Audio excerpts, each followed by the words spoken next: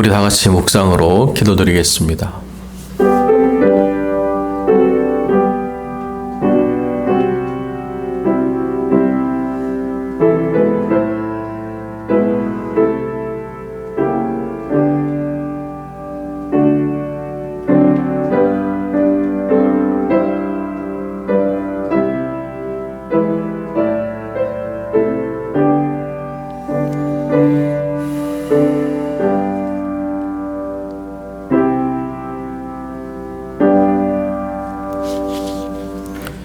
내가 붙드는 나의 종, 내 마음에 기뻐하는 나의 택한 사람을 보라.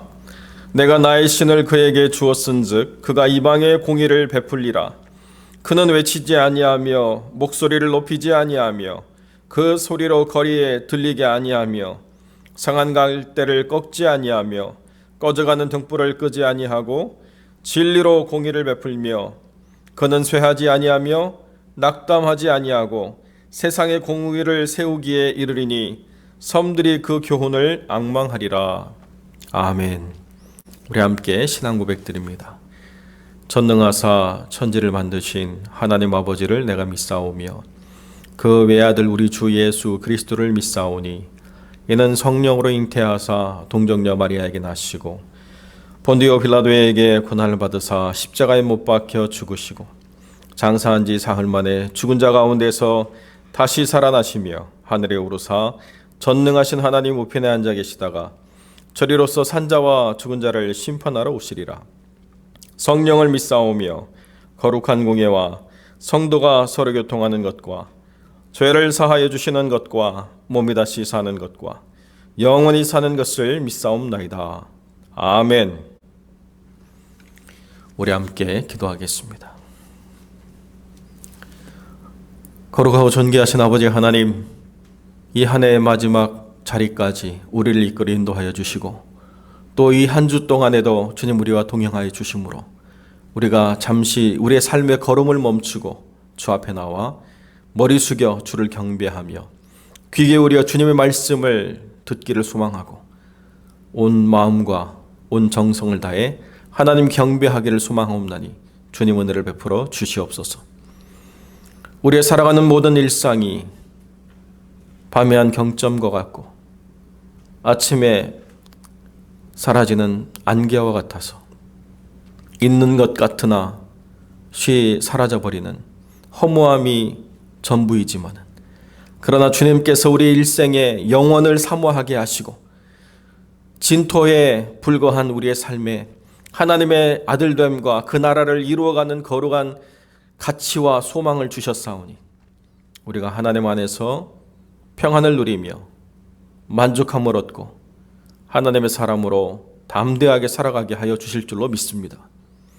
존귀하신 아버지 하나님, 이 삶의 순간까지 주님이 이끌어 인도하셨사오니 이 한 해 속에서 하나님 앞에 우리의 삶을 잘 마무리하게 하시고 또 새롭게 펼쳐질 새로운 삶의 시간 속에서 우리의 뜻을 정하고 우리의 마음을 정하여 하나님을 영화롭게 하는 선한 일들을 이루어갈 수 있도록 주님 은혜를 베풀어 주시옵소서.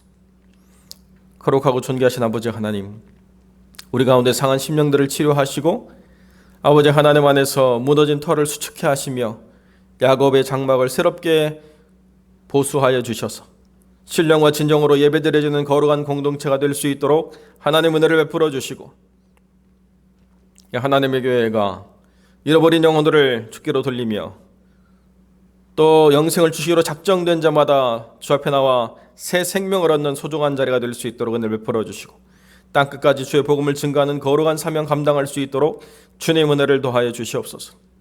아버지 하나님, 섬겨보는 현장을 주님 붙잡아 주시고 어려웠던 한 해의 모든 수고를 위로하시고 또 새로운 한 해를 꿈꾸게 하시고 기다리게 하시고 도전하게 하시고 마음껏 뜻을 펼쳐갈 수 있도록 은혜를 베풀어 주옵시고 모든 어려움과 모든 열악한 환경 가운데서도 하나님의 영광을 통하여 그 의를 드러내는 소중한 사역 감당할 수 있도록 하나님 역사하여 주옵소서. 오늘 귀한 말씀을 함께 나눕니다. 이 생명의 말씀이 듣는 모든 이에게 능력이 되고 기쁨이 되고 생명이 될 수 있도록 하나님 역사하여 주옵소서. 주님이 함께 해주시길 간절히 소망하며 거룩하신 우리 주 예수 그리스도의 이름으로 기도드립니다. 아멘.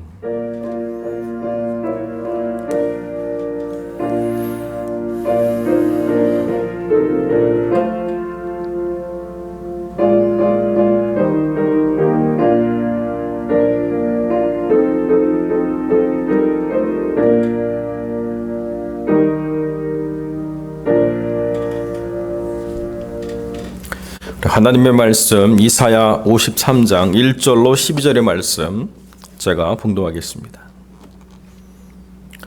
우리의 전한 것을 누가 믿었느뇨? 여호와의 팔이 네게 나타났느뇨?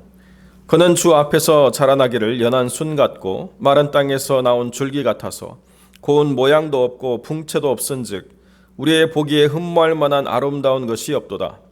그는 멸시를 받아서 사람에게 실어버린 바 되었으며 간고를 많이 겪었으며 질고를 아는 자라.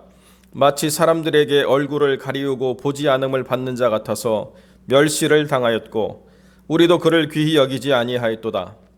그는 실로 우리의 질고를 지고 우리의 슬픔을 당하였거늘 우리는 생각하기를 그는 징벌을 받아서 하나님에게 맞으며 고난을 당한다 하였노라. 그가 찔림은 우리의 허물을 인함이요 그가 상함은 우리의 죄악을 인함이라.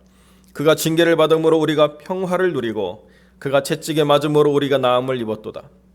우리는 다 양 같아서 그릇 행하여 각기 제 길로 갔거늘 여호와께서는 우리 무리의 죄악을 그에게 담당시키셨도다. 그가 곤욕을 당하여 괴로울 때에도 그 입을 열지 아니하였으며 마치 도수장으로 끌려가는 어린 양과 털 깎는 자 앞에 잠잠한 양같이 그 입을 열지 아니하였도다. 그가 곤욕과 신문을 당하고 끌려갔으니 그 세대 중에 누가 생각하기를 그가 산자의 땅에서 끊어짐은 마땅히 형벌을 받을 내 백성의 허물을 인함하라 하였으리요. 그는 강포를 행치 아니하였고 그 입에 괴사가 없었으나 그 무덤이 악인과 함께 되었고 그 묘실이 부자와 함께 되었도다. 여호와께서 그로 상함을 받게 하시기를 원하사 질고를 당케 하셨은즉 그 영혼을 속건제물로 드리기에 이르면 그가 그 씨를 보게 되며 그 날은 길 것이요 또 그의 손으로 여호와의 뜻을 성취하리로다. 가라사대 그가 자기 영혼에 수고한 것을 보고 만족히 여길 것이라.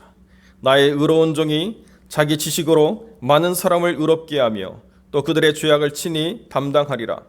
이러므로 내가 그로 존귀한 자와 함께 분깃을 얻게 하며 강한 자와 함께 탈취한 것을 나누게 하리니 이는 그가 자기 영혼을 버려 사망에 이르게 하며 범죄자 중 하나로 헤아림을 입었음이라.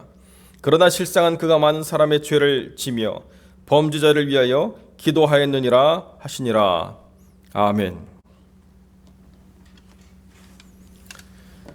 오늘 본문의 말씀은 구약에 예언된 예수 그리스도에 대한 예언 가운데 가장 강력하고 가장 분명한 예언의 말씀이죠.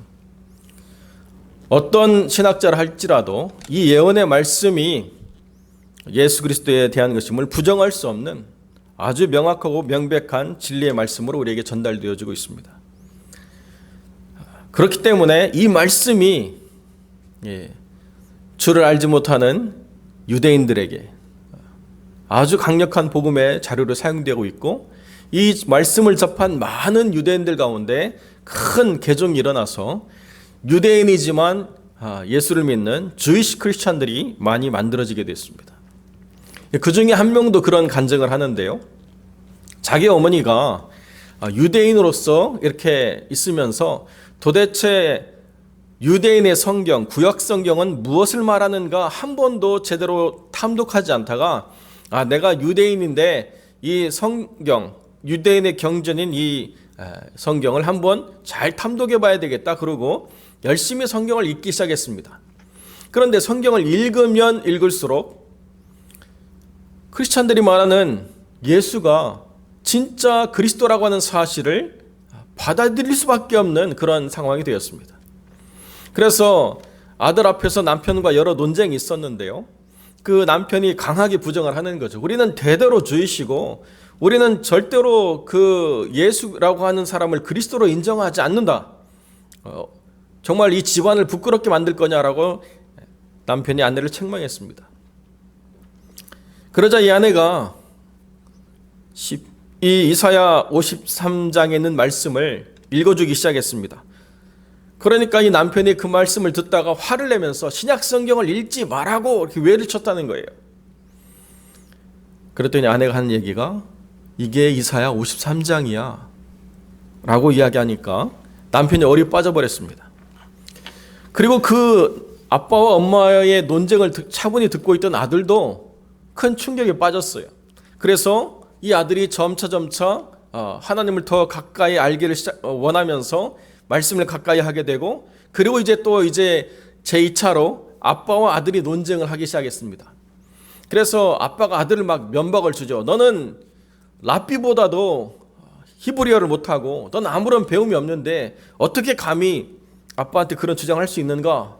그래서 이 남자가 대학을 졸업하고 이스라엘로 가가지고 거기서 구약 박사가 됐습니다. 그런데 구약 박사가 되고 박사학위를 하나 더 땄는데 더 강력한 그리스도인이 되었다는 거죠. 그래서 유튜브에 자기의 간증을 쭉 실어놨습니다. 성경을 제대로 알지 못한 채 전통에 따라서 그냥 자기가 어느 종교에 속한 사람이라고 생각하는 그런 정체성은 실체를 만나는 순간에 철저하게 무너질 수밖에 없습니다. 오늘도 명목상의 유대인이라고 말하는 많은 사람들이 사실 성경이 무엇을 말하는지 알지 못하는 가운데 자기가 유대인이라고 하는 굉장히 큰 자부심을 갖고 있는데요. 성경을 쭉 읽다 보면 하나님이 누구시고 그 하나님께서 무엇을 예정하셨고 어떻게 우리 가운데 임하셨으며 어떻게 우리가 죄인에서 의인으로 거듭날 수 있게 되는가에 대한 그 비밀을 명확하게 드러내셨다고 하는 사실을 깨달을 때 큰 충격을 입게 된다는 것이죠. 우리가 믿는 믿음도 마찬가지입니다. 나는 그냥 그리스도인이야. 나는 어릴 때부터 교회 다녔어. 나는 지금 교회 직분을 가지고 있어. 이게 아니고 우리가 무엇을 믿고 있느냐라고 하는 것을 분명하게 경험하는 그 삶의 순간이 있어야 된다는 거죠. 주님이 누구이신가? 주님은 정말로 나의 모든 실질적인 그 인생의 고민을, 괴로움을 친히 감당하시고 우리의 슬픔을 친히 당하셨고 우리의 고난을 위해서 주님이 친히 찔리고 상하고 징계를 받고 채찍에 맞는 일들을 주님이 대신하셨는가에 대한 아무런 감동이나 아무런 느낌이 없이 주님이 우리를 구원하셔서 천국 데려간다니까 뭐 그런가 보지라고 하는 막연한 이야기를 가지고 믿어서는 결단코 되지 않는다는 거죠. 나를 위하여서 죽기까지 우리를 사랑하신 주님, 아들이라도 아끼지 아니하고 우리에게 생명을 허락하신 주님, 예정된 죽음을 위하여 이 땅에 오셔서 모든 삶의 자리에서 친히 모든 고난을 겪으시고 자기의 생명을 주심으로 우리를 영원한 구원에 이르게 하신 위대하신 하나님, 그분에 대한 만남과 그분에 대한 교제가 없이는 우리가 누구인가에 대해서는 아무런 확신을 가질 수가 없다는 것입니다. 신앙은 막연한 무엇이 아닙니다. 미래에 대한 그 어떤 약속이 아닙니다. 우리가 살아가는 삶의 실제에서 주님을 만나고 주님과 동행하고 주님을 알아가면서 그분이 우리의 삶에 얼마나 큰 은혜를 베풀어 주시는가를 분명히 경험하는 놀라운 순간을 맞이하는 것, 그것이 우리의 신앙의 실제라는 거죠. 어떤 크리스찬 작곡가가 큰 어려움을 겪었습니다. 자기 가까운 지인이 와가지고 자기 삶과 이렇게 함께하는 많은 삶의 시간이 있었던 그런 지인이기 때문에 이런저런 얘기를 나누면서 뭐 자기가 여기저기 다 보여주고 이렇게 집을 다 구경시켜주고 이렇게 했는데 다음날 아침 어머니로부터 막 급한 전화가 오는데요. 자기가 그 전화를 받고 자기 뱅크 어카운트를 보니까 하루 정해진 그 한 번 뺄 수 있는 양만큼의 돈이 계속 인출이 돼가지고 자기가 내야 될 월세, 자기가 학교 공금을 가지고 있었던 이 모든 것들이 다 사라졌다는 거예요. 어떻게 그런 일이 있었는가 보니까 어제 방문한 지인이 자기 지갑을 가지고 나갔다는 거예요. 증거는 없지만 지갑은 사라졌고 그 사람에게 전화를 하니까 모든 연락이 다 끊어졌다는 거죠. 그래서 은행에 가가지고 CCTV를 보고 싶습니다 그랬더니 경찰에 고발하지 않는 한 개인적으로는 보여줄 수 없다. 정보보호법 때문에. 그래서 자기가 고민했다는 거예요. 고발을 해야 되나? 차마 그 사람을 고발할 마음이 들지 않아서 자기가 다시 돌아와가지고 뭐 아내는 울고 뭐 엄마도 막 울고 막 그런 상황에서 자기가 이렇게 컴퓨터 앞에 앉아가지고 자기가 우연히 컴퓨터 화면을 보고 있는데 자기가 이렇게 작곡해놨던 그런 작곡과 작사의 곡들이 있는데 그중에 감사라고 하는 곡이 눈에 들어오더라는 거죠. 자기가 클릭했는데요. 주님이 자기 마음에 그렇게 말씀하시더라는 거예요. 정말 이런 상황 가운데서도 내가 너의 감사가 될 수 있는가? 이런 순간에도 네가 나로 인하여 감사할 수 있는가? 진짜 어려운 그 순간이었지만 자기가 생각할 때 내가 사람들에게 찬양으로 감사하라고 하는 메시지를 전하는데 나는 정말 감사할 수 있는 사람인가에 대해서 깊은 자문을 하게 됐다는 것입니다. 그리고 난 다음에 진정한 감사가 무엇인가라고 하는 것을 그 하나님의 질문 앞에서 본인이 더 크게 생각하고 그 말씀에 붙잡힌 바 되어서 그 어려운 시기를 이겨냈다, 이런 이야기를 하는 간증을 들었습니다. 주님이 우리의 질고를 지고 우리의 슬픔을 당하고 우리의 허물을 인하여 찔리시고 상하시고 징계받으시고 채찍에 받으셨기 때문에 우리의 삶의 모든 것들이 주님 안으로 들어가면 다 위로받고 나음을 입고 해결되고 온전케 된다라고 하는 것이 우리의 삶에 너무나도 큰 실제라는 거죠. 수많은 사람들이 절망에 빠지고 수많은 사람들이 두려움에 빠지고 수많은 사람들이 삶을 포기해야 되는 이유가 뭐냐? 주님이 누구인가에 대한 구체적인 만남이 없기 때문에 그렇다는 것입니다. 어떤 크리스천 가수가 큰 성공을 이뤘는데요. 그러나 그 성공은 자기에게 큰 유익이 되지 못했습니다. 왜냐하면 악덕 기업과 계약을 맺어가지고 자기 음반은 팔리고 자기는 막 여러 가지 출연하는데 자기의 삶은 나아지지 않았다는 거예요. 이 사람을 비참하게 하는 게 뭐냐? 자기는 신문 배달하고 있는데 거리에서는 자기의 노래가 울려 퍼지더라는 거죠. 이 사람은 크리스찬이었지만 그 절망의 구렁텅이에서 벗어날 수 없어가지고 결국 스스로 삶을 마감하는 결정을 하고 말았습니다. 너무나도 안타깝죠. 그를 절망케 하는 것이 무엇이냐? 세상은 자기의 노래로 열광하는데 자기는 아무것도 나아지지 않았다는 것에 대해서 좌절하고 분노하고 결국 자기의 목숨이 살아야 될 이유를 찾지 못했다고 생각해서 스스로 삶을 포기했다는 것입니다. 30도 되지 않은 나이가 그렇게 사라져버렸다는 것이죠. 그런데 안타깝게도 그가 그리스도인이다라고 기록에 남겨져 있다는 거예요. 그리스도인이라고 하는 존재는 어떤 존재냐? 질고를 만날 때, 아픔을 당할 때 우리의 아픔을 대신하신 주님 앞으로 나아가게 되는 것, 이것이 그리스도인의 선택이고 이것이 그리스도인의 자세라는 거죠. 나 힘들고 어렵습니다. 그러나 주님, 이 힘들고 어려운 것들에 대해서 주님은 겪으셨고 대신하셔서 우리로 말미암아 이 문제를 해결할 수 있다라고 주님이 분명히 말씀하셨기 때문에 이 문제 들고 주님 앞에 나아갑니다.